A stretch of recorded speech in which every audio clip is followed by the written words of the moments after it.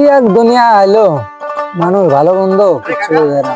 হ্যাঁ ভাইস্তি, কি হলো, কি খবর? আপনি এখানে এই তো ভালো লাগছে না বেটা, পুকুর পাড়ে বসি, এই দিন দুনিয়ার কথা আমি ভাবছি কাজে আর কি। জায়গায় খুঁজে বেড়াচ্ছি আপনাকে। ও, আপনি এখানে বসে আছেন। এই তো কি আর করবো, সময় পাস করে বলি কথা। আপনার সাথে একটা বিষয় নিয়ে আলোচনা করার জন্য আসলাম। কি বল শুনি। বিষয়টা হলো, শীতের মৌসুম তো সবে চলে এসেছে। হ্যাঁ তা তো অবশ্যই রে বেটা। আর আপনার চারিদিকে তো সব ওয়াজ মাহফিল করছে শুনছি।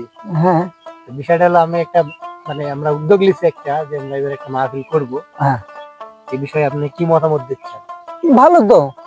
আমরা এলাকার ছেলেপেলে আমরা যদি আহ একটা মাহফিল করি, আর মাহফিলের মাধ্যমে যদি কিছু মানুষ হেদায়েত পায়, তাহলে তো ভালো কথা। তাহলে আমরা এটাই ভাবছি যে আর কি এই মাহফিলটা শুরু করবো এই মাসের হয়তো বা শেষের দিকে। তো বক্তা কাকে আনবি নাকি ভাবছিস, না ভাইবে ফেলেছিস? বক্তা বলতে কাকা, আমি একটা বক্তার মাহফিল শুনেছি আর কি। হুম। তো অনেক ভালো বয়ান করে। হ্যাঁ। বক্তার নাম হচ্ছে হাফিজুর রহমান সিদ্দিকী।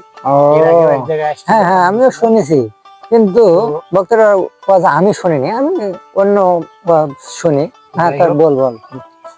এই বক্তাকে আনতে হলে একটা পরিচিত একজন আছে, হুম, হুম, ওই বক্তার সাথে তার কানেক্ট থাকে আর কি। হ্যাঁ একটা মাধ্যম আর কি। হ্যাঁ হ্যাঁ তো হচ্ছে আমাদের যে মসজিদের হ্যাঁ, ইমাম। মুয়াজ্জিন একটা, ও আচ্ছা আচ্ছা। তার নামটাও বলে দিই। হ্যাঁ। নামটা হচ্ছে রিফাত রহমান আর কি। ও এটা আচ্ছা, ঠিক আছে, তাহলে চ যাই, যাই গল্প দেরি না করি। করি, ওনাকে হয়তো বা মাগরিব পরে আর পাওয়া যাবে না, এখন আসরের সময়। এখনই আমরা তার কাছে যাই। আচ্ছা ঠিক আছে, চল। তো ভাইস্তি, হুজুর কি কাজটা করে দিতে পারবে? আসসালামু আলাইকুম। হ্যাঁ আলহামদুলিল্লাহ। হুজুরের কাছে তো একটা আবদার নিয়ে আসছিলাম হুজুর। বলেন। এই আমার ভাইস্তি বলছিল, তাই যে শীতের মৌসুম চলে আসলো, তাই একটা মাহফিল করতে যাচ্ছিলাম আমি। হ্যাঁ, করলে করা যায়। তো একটা বক্তা বক্তা ঠিক করছেন?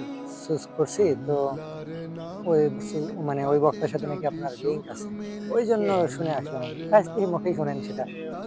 বক্তাটাকে চয়েস করেছেন হাবিবুর রহমান সিদ্দিকী। ওনার হ্যাঁ, বয়ানটা উনি তো অনেক খুবই ভালো। ভালো। এটা আপনি আমাদেরকে একটু হেল্প করেন। দেখেন, বক্তা আনবো বললেই তো আর আনা হয় না। ওনাকে আনতে গেলে খরচের বিষয় আছে, ওনার একটা হাতিয়ার বিষয় আছে। কারণ ওনাকে আনতে গেলে প্রায় মোটামুটি 2 লক্ষ টাকার মতো খরচ হবে। অ্যামাউন্টটা একটু বেশি মনে হচ্ছে। ওনার অ্যামাউন্টটা এরকম। এখানে দেখেন যে আমার কোনো হাত নাই। এর আগে আমি যেখানে আসছিল আমি শুনছিলাম উনি 1 লাখেই চলে আসছে। না, এখানে বিষয় আছে, ওনার খোঁজ নিয়েছিলাম তো, গাড়ির তেল খরচ আছে, আরো হাত খরচ আছে। এখানে কিছু পুলিশকে ভ্যাট দেওয়া লাগে। কারণ উনি এখানে আমরা মাহফিল করবো তো এখানে এদেরকে এগুলা দিব। এদেরকে না দিলে তো আসলে হয় না।